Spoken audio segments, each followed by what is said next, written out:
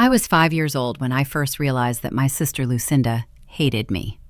Not just annoyed by the whims of children, not just tired of having to keep an eye on my younger sister, but experiencing a real, chilling hatred that seeped into her every move, into her every look, into every carelessly thrown word, like poison slowly corroding my childish heart. It was a strange, frightening discovery for a child who believed that family was a fortress, a shelter, an unshakable foundation where you couldn't be harmed just for no reason, just because you existed. Lucinda was 10 years older than me. At that moment, when I was still learning how to tie my shoelaces, she was already painting her eyelashes, rolling her eyes at parental lectures, and loudly slamming doors, leaving for a walk with friends whom I had never been able to see in person.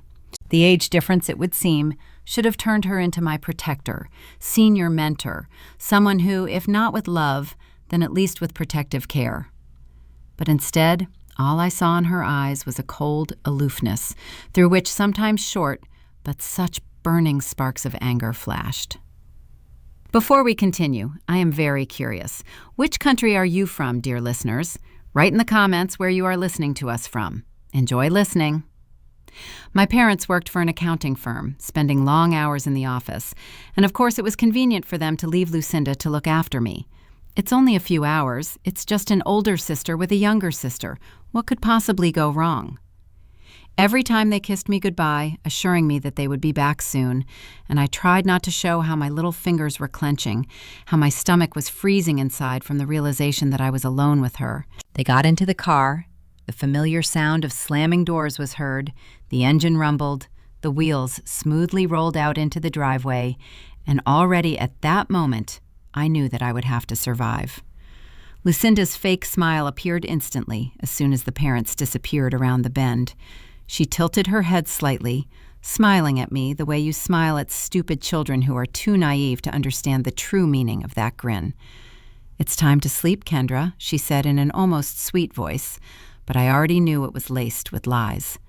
"But it's still light outside," I tried to protest, hoping every time that everything would be different today. But it was exactly the same. She took me by the shoulder, led me upstairs, pushed me into a room, and before I could turn around, before I could beg, her hand was already reaching for the lock from outside, and that sound, that click, cut into me like a knife plunging into flesh. I rushed to the door, pounding on it with my small fists, but I knew it was useless. "Lucinda, please let me out." Her voice came from the other side, muffled, lazy, with a hint of feigned concern. "You know what happens to noisy little girls, Kendra." I was frozen. "The monsters under the bed are hungry." No, no, no, no. "There are no monsters," I whispered, but more to myself than to her. She was laughing, and this laughter, noting not hysterical, but quiet, slippery, almost snake-like, squeezed my throat like a suffocating collar. "Oh yeah? Then what is that scratching sound?" And at that moment, there was a scratching sound. Slow, lingering, clinging to my mind as if invisible claws are trying to break inside. I jumped back to the bed, pulled up my knees, wrapped my arms tightly around them, trying not to touch the floor. I was afraid to even breathe too loudly. I do not know how long I sat like that. Sometimes it seemed like hours, sometimes seconds. I didn't dare move, afraid that at that moment someone's hand would stick out from under the bed, grab my ankle, and drag me into the darkness, from where there would be no return. And when I heard my parents' car stop in the driveway and the doors slam, I knew that just a little more, just a moment more, and it would all be over. But before the door opened, before I could shout, Lucinda would silently turn the key, letting the air of freedom into the room, and whisper in my ear, "If you tell them, I'll make it worse next time." I was silent. But one day, when I was 6, I decided. I was sitting at the kitchen table, barely touching a spoonful of soup, when my parents returned from work and, noticing my pale face and trembling lips, looked at each other worriedly. "Kendra, what happened?" I raised my eyes to them, which still had traces of fear in them, and summoning all my childish courage, I whispered, "Lucinda locked me in my room. She said there were monsters under the bed." Mom frowned. My father frowned. And at that moment, Lucinda loudly rolled her eyes in apparent annoyance. "Here she is again with her stories," she drawled with a smile that had no hint of fear or embarrassment. "Do you remember last week when she said she saw a dragon in the garden?" The parents exchanged glances. They remembered. They remembered that I was telling a story back then. I saw the shadow of worry slowly fade from their faces as bewilderment was replaced by tired condescension. My father looked at me for a long time, and in his eyes I could already see the sentence he was about to pronounce. "Kendra," he said firmly, "you shouldn't make up stories about your sister. She spends her time looking out for you, and you should be grateful to her." How could I be grateful? How could I be grateful for the fear, for humiliation? Because my voice meant nothing in this house? The scheme continued for 2 more years, and during that time, Lucinda's stories became darker, the details more terrifying, and the monsters under the bed more sophisticated in their abilities. Sometimes she said that they had long, curved claws that could cut through the mattress, reaching sleeping children. Sometimes that they could climb walls and hang on the ceiling, waiting until the lights went out to go downstairs and slip under the covers. I was afraid to fall asleep.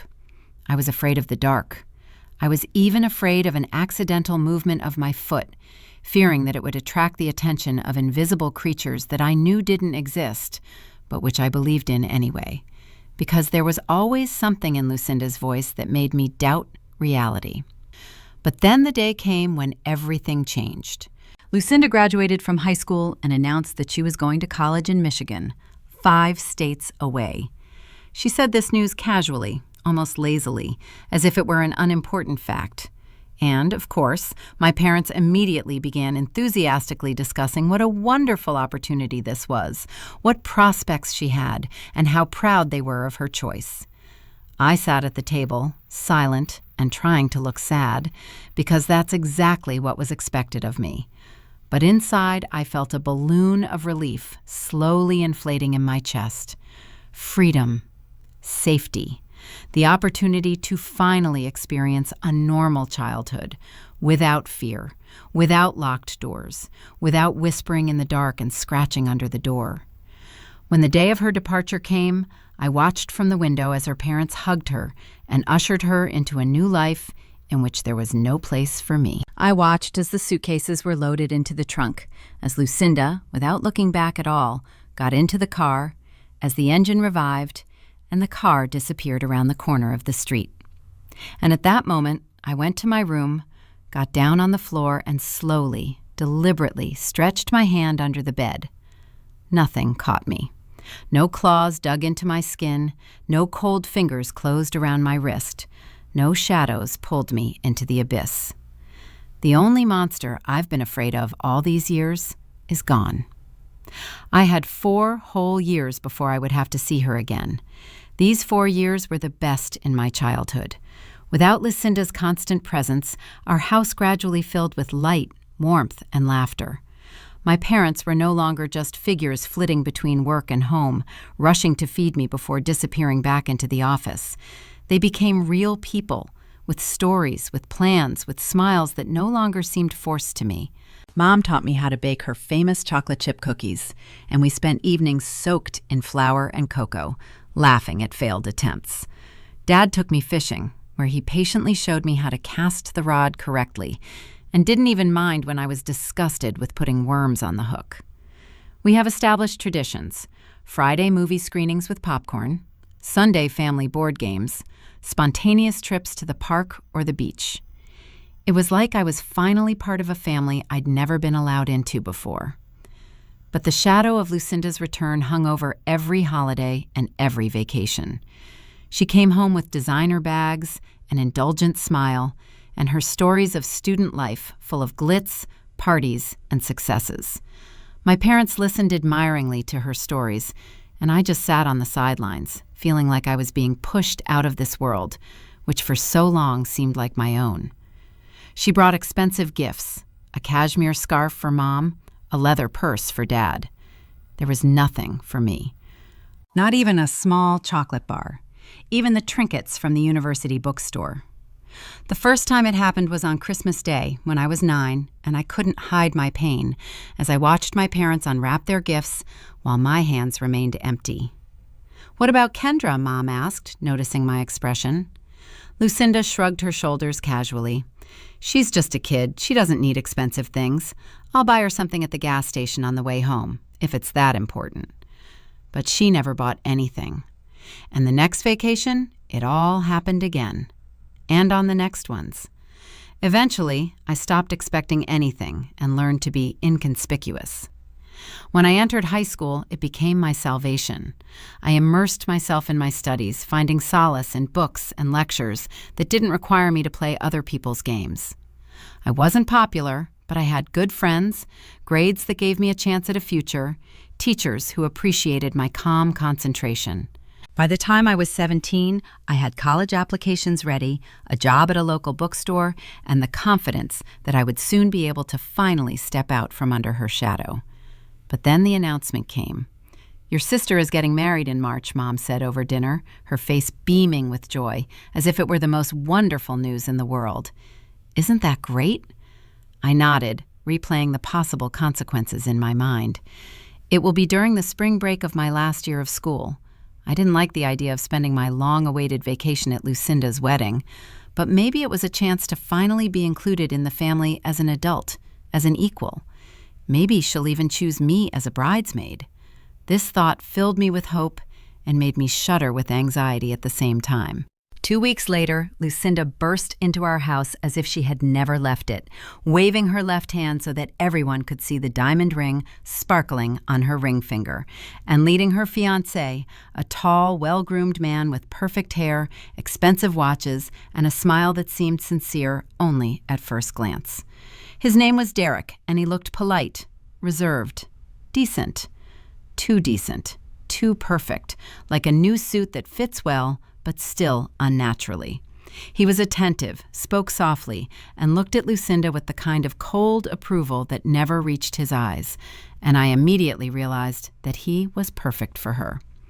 In the evening, at dinner, when my parents were enthusiastically asking them about their wedding plans, I sat across from them and ate in silence, not really listening to the details, until Lucinda suddenly said, with that deliberate nonchalance that always foreshadowed something unpleasant, "We decided to arrange a small, very refined ceremony.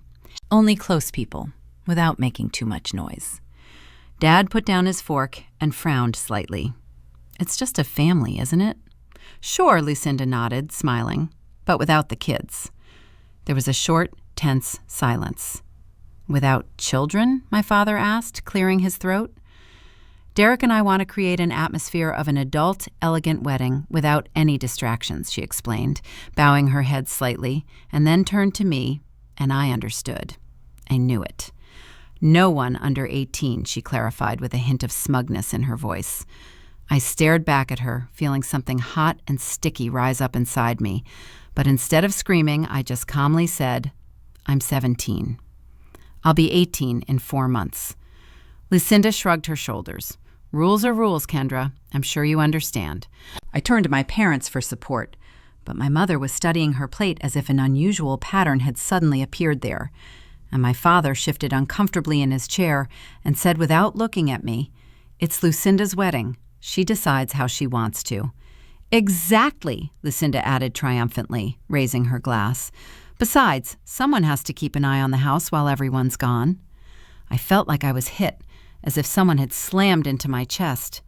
They'll all leave. That's it. Parents, relatives, and family friends will all be there, participating in the celebration, congratulating Lucinda, watching her get married, smiling in photos, cutting a cake, and dancing. What about me? I'll stay here like a forgotten dog, tasked with guarding an empty house. After dinner, I retired to my room, fuming. But I didn't cry, because I just didn't have the strength left to cry. Part of me wasn't even surprised. It was a Lucinda classic. She found the perfect way to exclude me while looking completely reasonable in the eyes of everyone else. On the day of the wedding, I stood in the driveway, watching my parents get into the car in their formal clothes. My mother straightens my father's tie.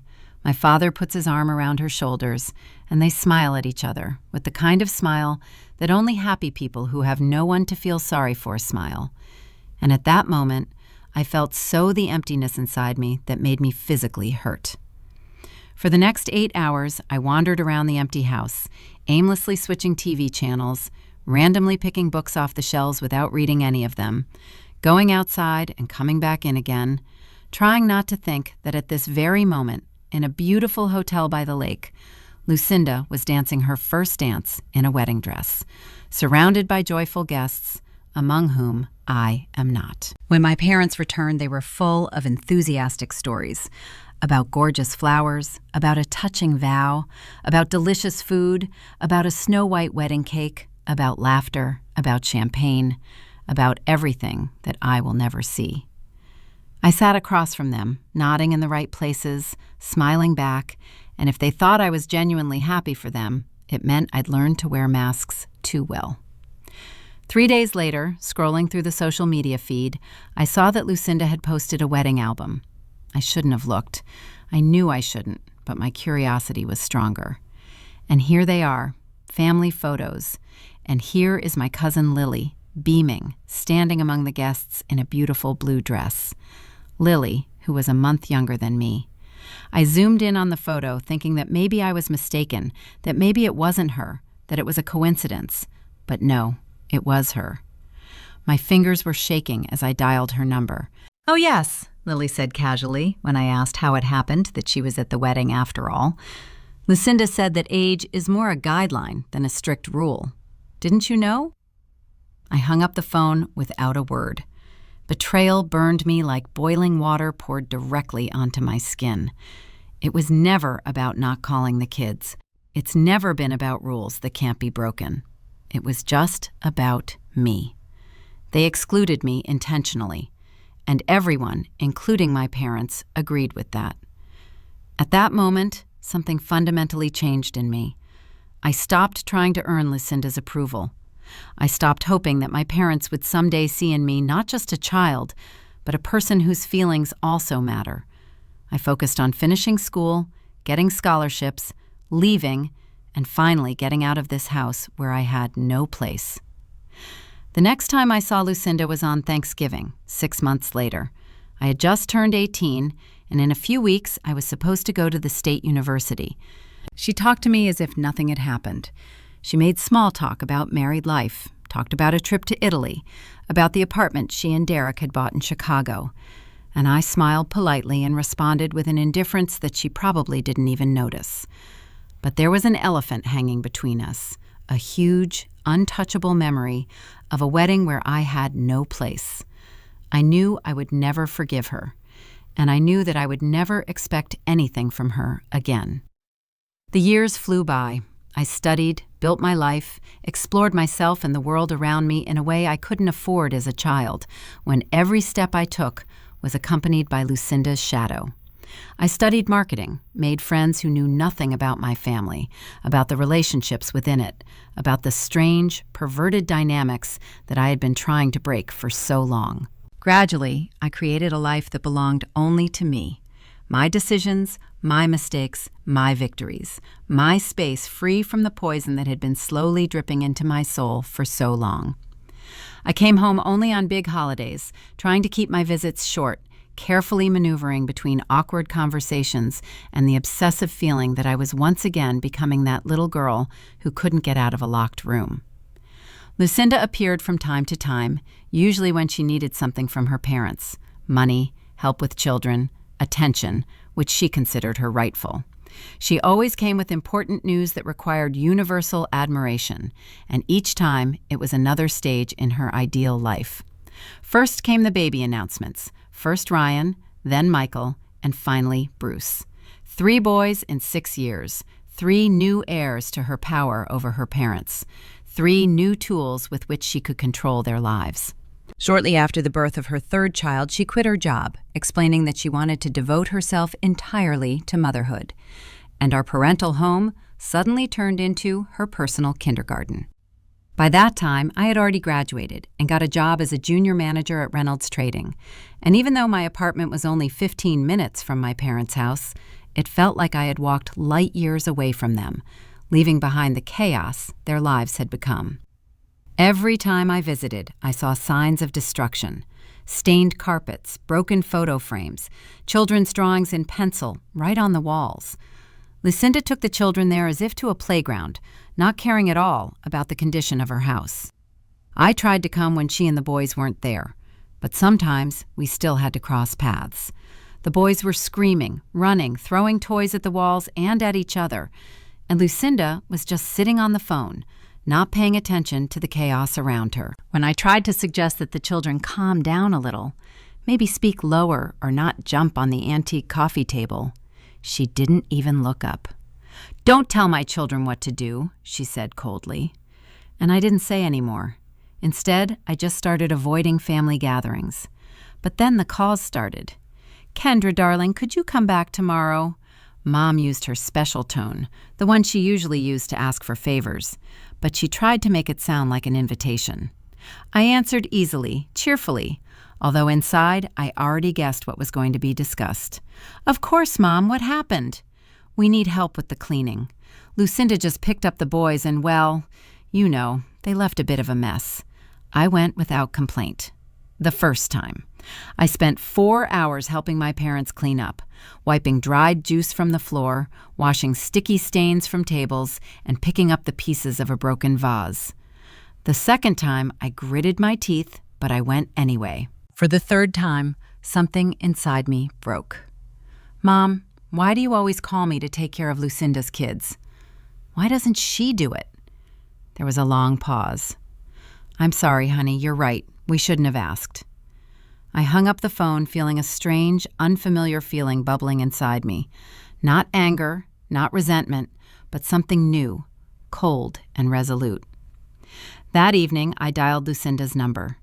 "You need to stop treating Mom and Dad's house like a dump," I said bluntly, without preamble. "They're over 60 now. They don't have to clean up after your kids."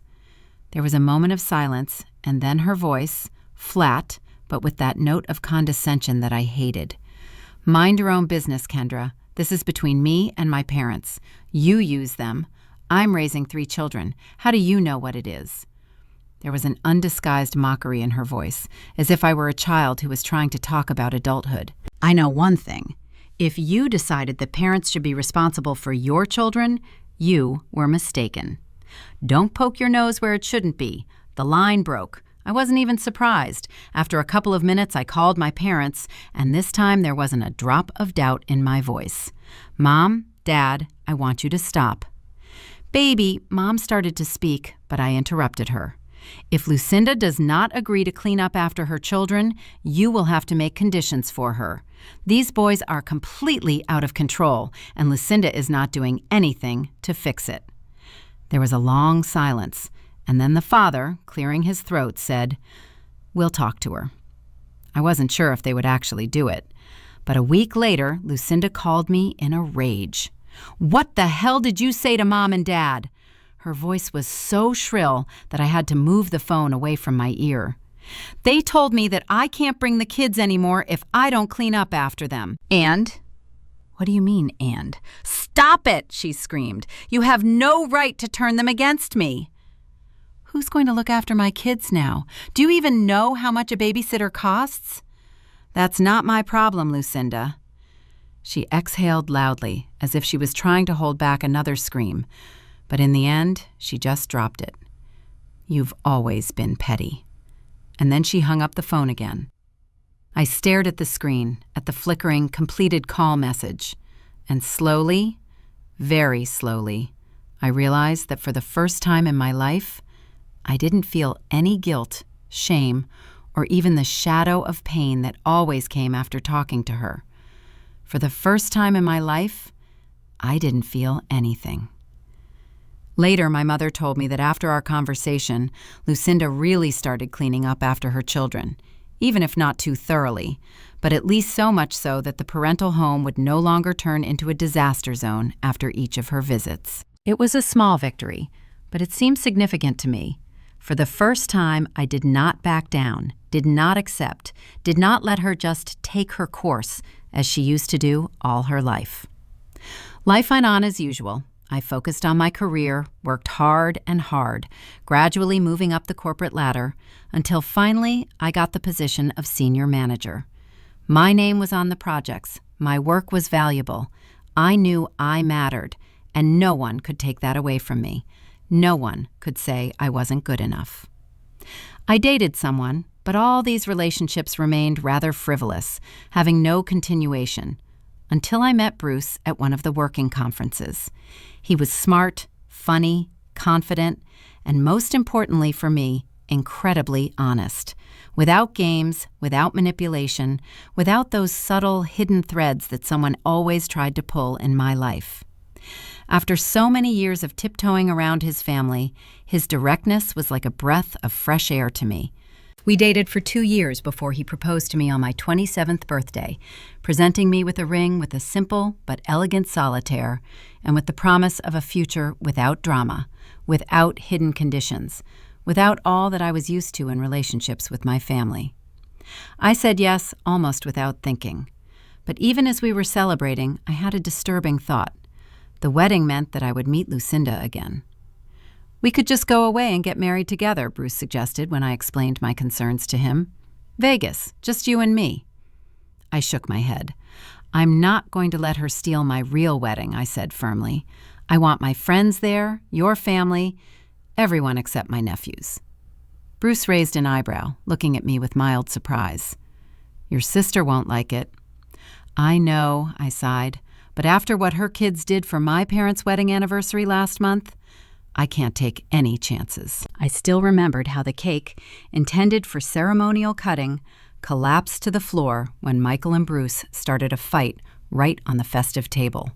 How Ryan tore off the microphone during the toast, shouting some meaningless phrases into it, while Lucinda calmly flipped through the phone without even trying to intervene. That's why I made a public announcement by posting on social media. "We are thrilled to be planning our wedding next June. Please note that this will be an event without children. Guests under the age of 16, please take care of a babysitter in advance. We love your kids, but we want everyone to be able to enjoy an adult evening." Most of the responses were positive. Friends with children wrote that they would definitely find caregivers. Bruce's family fully supported our idea. The post has gained dozens of likes, hearts, and supportive comments. Everyone except Lucinda. A week later, I went to my parents for our usual Saturday dinner. As I approached the door, I heard the chaos inside, loud screams, footsteps, and the sound of broken glass. I sighed, gritted my teeth, and walked in. A familiar scene unfolded in front of me. 12-year-old Ryan, brandishing a huge water pistol, rushed past me laughing when 8-year-old Michael, barefoot with dirty feet, jumped from the couch right onto the couch, leaving brown marks on the upholstery. 6-year-old Bruce, the youngest of them, stood at the bookcase and methodically pulled books off the shelves, one by one, as if checking what sound they made when they fell. And Lucinda was sitting at the table with her mom, sipping coffee, as if she was surrounded not by a noisy crowd, but by peace and quiet. I took a deep breath, holding back my irritation, and headed for the living room. During dinner, when her parents were trying to make small talk, pretending that nothing unusual was happening, Lucinda suddenly casually said, "I need to know the exact schedule of your wedding so I can plan entertainment for the boys." I put down my fork. "The boys aren't invited," I said, trying to keep my voice calm. "This is for adults only. I already mentioned this in my post." Lucinda laughed. "It doesn't apply to the family, obviously," she said with a slight grin, as if I'd said something completely ridiculous. "This applies to everyone, without exception." "No," I replied calmly.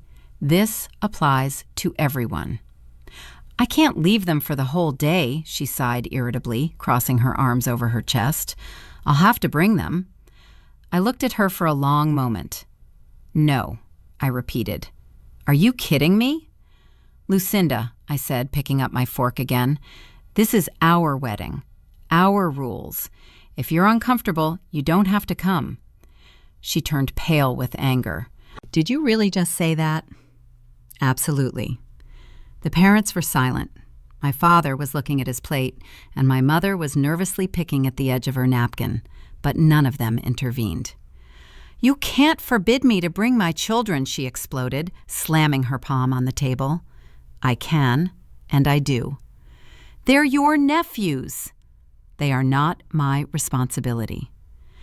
There was a tense silence. I could see her lips trembling, anger boiling in her eyes, and she was frantically trying to come up with an argument that would make me change my mind. You wouldn't understand because you don't have children, she finally spat out. I chuckled. Maybe, I said, finishing my glass of wine, but I have limits, and I won't let you cross them. She jumped up from the table, almost knocking over her chair, and turned to her parents. Will you at least say something? Mom shrank. Father just sighed heavily. It's Kendra and Bruce's decision, he said slowly. We will not interfere. For the first time, I saw in her eyes not only rage, but also a glimmer of something like shock. She's not used to being rejected. I calmly finished my dinner while Lucinda furiously gathered the children, dragging them out of the house while the boys loudly complained that they wanted to stay, while the door closed with a bang behind her. I stared at her, wondering if she was really that forgetful, or if she was just testing me, trying to figure out how far I could go. Her face remained impenetrable, but I knew that look, appraising, probing, the way she looked at me all my life when she tried to manipulate, bend reality to her needs, subordinate others to her will. No, you won't, I said firmly, meeting her gaze without a shadow of doubt. You'll need to find a babysitter. I don't trust anyone with them for that long. Her voice was flat but strained. They're coming with me. Her tone was final, as if the matter had already been resolved and there was no point in discussing it. Lucinda, I exhaled slowly, holding back my rising irritation. Let's get this straight. If you come with your children, they won't let you in. This is my wedding, my rules, and you're only doing this to get back at me. Her restrained facade cracked. Because I didn't let you come to my wedding? She snapped, gloating in her eyes. I blinked. That was 10 years ago. And that has nothing to do with it? She snorted, crossing her arms over her chest. Of course, you were always a vindictive liar. You always made up stories about me. I pointed to Michael, who at that moment deftly grabbed the curtains and, bracing his feet against the wall, used them as a rope for climbing, while 6-year-old Bruce continued to throw books off the shelves, watching with obvious pleasure as they thud to the floor. That's why your kids aren't invited, I said. They're completely out of control, and you're not doing anything about it. Lucinda jumped up so abruptly that her chair fell back with a crash. Boys, we're leaving. She turned on her heel and walked to the exit without turning around, and her children trailed after her, leaving behind the same chaos as always. After they left, Mom and Dad looked at me with disappointment. Was it necessary? Mom asked softly. You could have handled this more diplomatically, my father added. I chuckled. For example, how? By letting her wipe her feet on me again like she always does? No thanks. They're just kids, Kendra, Dad sighed. They're your family. I looked around the trashed living room, overturned chairs, dirty footprints on the couch, sticky stains on the glass table. Do you want this to happen during my vows? During our first dance? When guests try to enjoy a meal that Bruce and I pay a fortune for? They had nothing to say. 2 days later, Lucinda posted a long, self-pitying tirade on social media. I'm heartbroken. My own sister is excluding my precious boys from her wedding out of anger and old grudges. Shouldn't family come first, not the petty disagreements of the past? I didn't reply to Lucinda directly, but left a comment under her post. Our no children policy applies to all guests under the age of 16, not specific children. We just want to have an elegant evening that all the adult guests can enjoy. I thought that would be the end of it. But then other comments started appearing under her post. These boys overturned the snack table at my cousin's wedding. They caused havoc at the Christmas party. One of them bit my daughter. Last year, they broke all my good china, and Lucinda didn't even apologize. They knocked over the medicine stand in the emergency room when Grandma called an ambulance. A few hours later, Lucinda deleted her post. The weeks leading up to my wedding were blurred by the rush of last-minute preparations, dress fitting, final arrangements with the organizers, nervous excitement, anticipation. Lucinda was suspiciously quiet. No calls, no messages, no complaints to our parents. Her silence made me feel uncomfortable. And then my phone rang. Lily. "Kendra, I need to tell you something," she said in her quiet voice. "What happened?" "I talked to Jen yesterday," Lily began cautiously. "Do you remember Jen? Lucinda's college friend, her bridesmaid." "Of course." "According to Jen," she paused as if she didn't know how to put it better. "Lily, tell me." "Lucinda was going to ruin your wedding."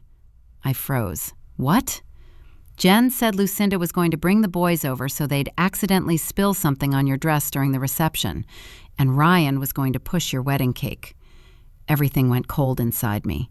"Are you sure?" "Yes," Lily sighed heavily. "Jen felt terrible about it and confessed to me." I silently stared at one point, clutching the phone in my hand. I sat in stunned silence, staring at one point, while Lily's words echoed in my head. Even for Lucinda, it was something new, something that went beyond all boundaries, something that I, even knowing her since childhood, could not imagine. She didn't just ignore my wishes, she deliberately planned to ruin my wedding day, to do everything to leave a dark spot on it, to turn attention to herself so that I would remember this day not as the happiest in my life, but as a day of humiliation, anger, and ruined hopes. I told Bruce everything, expecting that he, like me, would be furious, that he would be shocked, outraged, would argue, would think what was the best thing to do. But he remained frighteningly calm, his gaze cold and focused. "We'll hire security," he said lightly, as if he were talking about choosing flowers to decorate the hall. "We'll just give them pictures of Lucinda and her kids. No drama, no scenes. They just won't get inside." I looked at him, realizing how simple it was. No shouting, no futile attempts to persuade, no fear that something will go wrong at the last moment. I nodded, and we hired 2 security guards from a professional firm, handing them photos of Lucinda and her children, and politely but firmly instructing them that under no circumstances should they cross the threshold of our wedding space. It was the morning of my wedding day, and the sky over the city was spotlessly blue, without a single cloud, as if nature itself had decided that nothing would spoil my day today. The prep room smelled of perfume, fresh flowers, and a light scent of hairspray, and my bridesmaids were fussing over me, helping me put on my dress, straightening every crease, and I suddenly realized that I was feeling wonderfully calm. No matter what happened to Lucinda, I was marrying the man I loved, and that was the most important thing. The ceremony was scheduled for 4 p.m., and at 3:30 p.m. my phone vibrated, a message from the head of the security service. The subjects arrived with 3 minors. I took a deep breath and handed the phone to the bridesmaid. "Don't tell me anything more about my sister unless the building is on fire." And I didn't think about it anymore. When I walked out under the arch of white roses and saw Bruce looking at me, his face lit up with light, I realized that nothing else mattered. Lucinda didn't exist. There was only this moment. We exchanged vows, and when the priest declared us husband and wife, the audience burst into applause, and I suddenly felt as if the long-term tension that I had carried for so many years was suddenly relieved, like a weight that I had carried on my shoulders since childhood. It was only at the reception that reality intruded into my life. I was greeting the guests, shaking hands and accepting congratulations when my mom suddenly appeared next to me. Her face was tense, her lips pressed into a thin line, and a storm was raging in her eyes. "How could you?" she hissed, softly but with such force that I felt a blow. "What are you talking about, Mom?" "Your own sister is standing outside crying because those thugs you hired wouldn't let her into the wedding." I held back a smile, knowing that there were guests around us, and smiling seemed to be the right thing to do. I made it clear that the children are not invited to this wedding. She decided to bring them anyway. "They're your family, Kendra." Mom's voice was shaking. "What did you expect from her?" "The same as from all the other parents here," I replied calmly, "that you'll find a babysitter." Mom's eyes filled with tears. "Your father and I are going to take her home," she said, and there was something like final disappointment in her voice. "I hope you're pleased with yourself." I watched as they slipped out of the room, as they chose Lucinda again. It hurt, but less than I expected. Maybe I've been preparing for this moment all my life. The rest of the reception went perfectly. The guests laughed, danced, drank, toasted, and shared stories. Bruce's friends organized a dance competition. My bridesmaids tried to keep up. And at some point, Bruce's grandmother stood up and, laughing, began to teach everyone an old Polish folk dance. And it was so unexpected and fun that we laughed until we cried. When the wedding cake was brought out, no one dropped it on the floor. When I was dancing with my husband, no one burst on stage shouting nonsense into the microphone. When I looked around, I saw only happy faces. And for the first time in many years, I felt truly free. 2 days after our return from our honeymoon, when the suitcases were not yet fully disassembled and the scent of vanilla and salt from the candles I had brought from the coast was still in the house, I realized that I could no longer postpone the conversation that should have taken place a long time ago. I didn't want my parents to remain in the dark. I didn't want them to think that I hired security because of a whim or a desire to annoy Lucinda. They deserved to know the truth. They deserved to understand that I was not just taking revenge, but protecting the most important day of my life from destruction.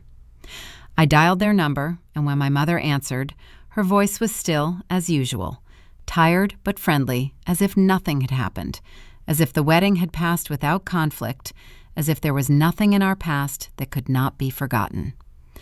"Mom, Dad," I began, trying to keep my voice level, "you should know that Lucinda was planning to ruin my wedding." There was silence on the other end of the line, and I could almost see them exchanging glances. "Lily found out about this from Jen, Lucinda's friend," I continued, not giving them time to doubt. "Lucinda was going to make the boys accidentally spill something on my dress, and she told Ryan to knock over the wedding cake."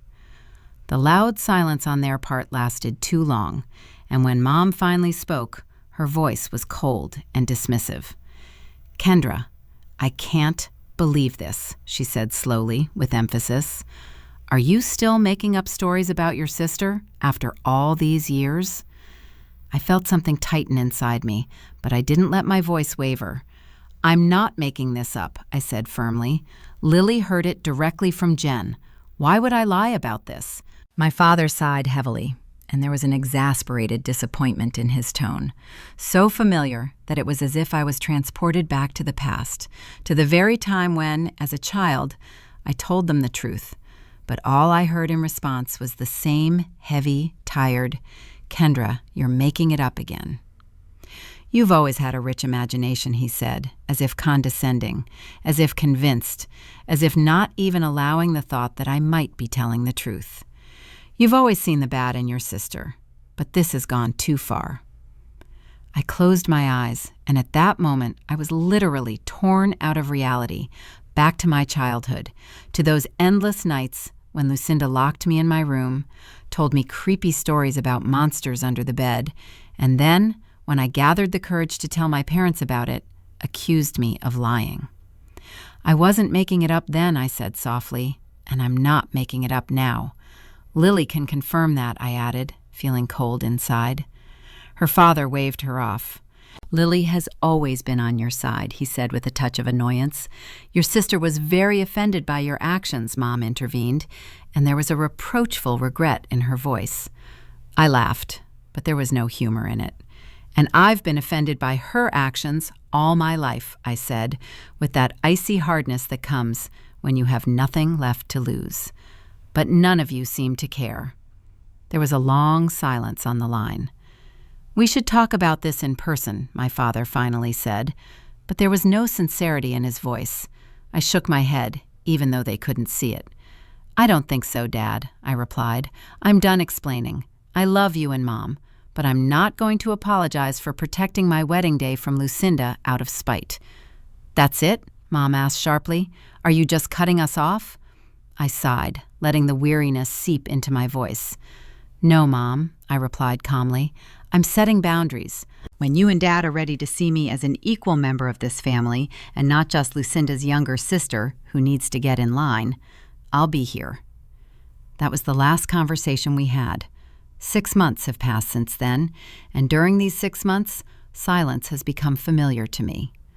I heard the news about Lily's parents. Lucinda was still dumping her children on them, and the boys were still destructive, unruly, and noisy. The parents became more and more tired, more and more exhausted, dealing with their health problems, which made caring for 3 unruly children almost impossible. But despite this, they did not set boundaries. They continued to accept Lucinda, continued to obey her demands, continued to pretend that everything was fine. I couldn't pretend anymore that it didn't concern me.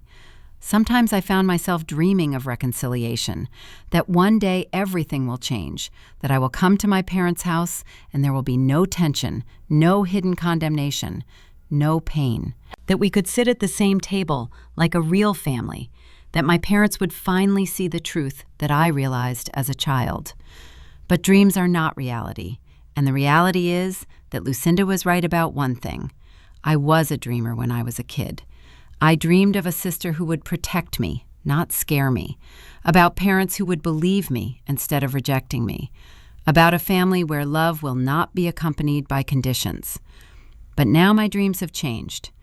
Now I dream of something else, about the family that Bruce and I will create ourselves, about a home in which no child will feel less valuable than the other, about parents who will see their children, hear them, understand them, and respect them, about a family where the words justice and love will not be an empty sound, but the meaning of life.